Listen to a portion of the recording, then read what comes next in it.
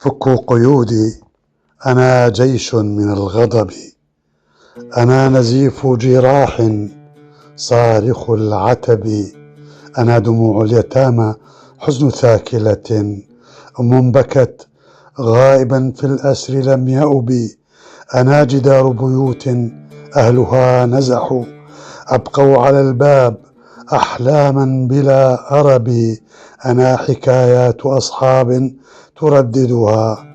ريح الخطوب تواسي دمع مغترب، أنا المآذن تشكو صمت ساحتها،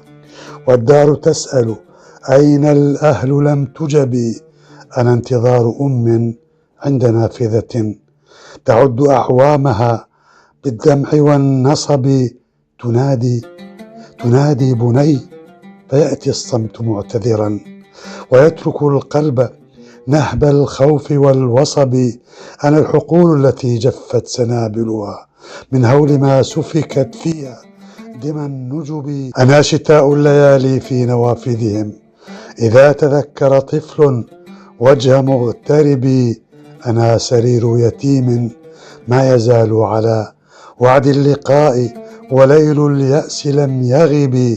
أنا الرسائل فوق الرف باهتة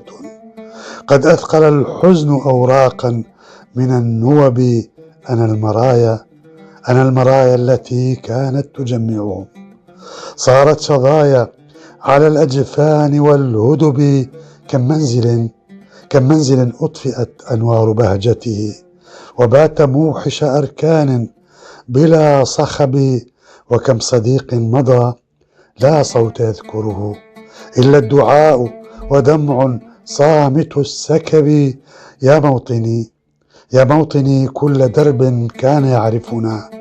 أمسى غريبا كأطلال من الخرب،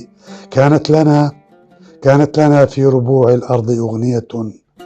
صارت أنين أسى في لوعة الكرب، ونحمل الهم أعواما مؤرقة كأننا آخر الأحياء في الحقب، لكن حق الذين استضعفوا زمنا باق وإن طال ليل الظلم والتعب، لا بد أن يسأل الجلاد ما اقترفت يداه جرما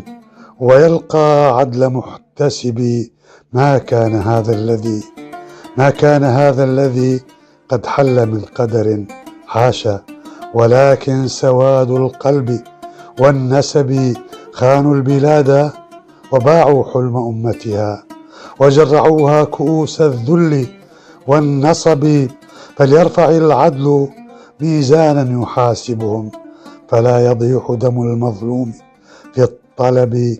ولينطق الحق في وجه الذين طغوا قولا فصيحا بلا مطل ولا ريب، لا نبتغي غير حكم العدل ينصفنا ويقتص للطفل والمكلوم والتعب، حتى تعود ديار الأهل آمنة تشفى الجروح ويرضى كل ذي كرب، وكي ينام يتيم مطمئن رؤى وتضحك النفس بعد الحزن والنصب.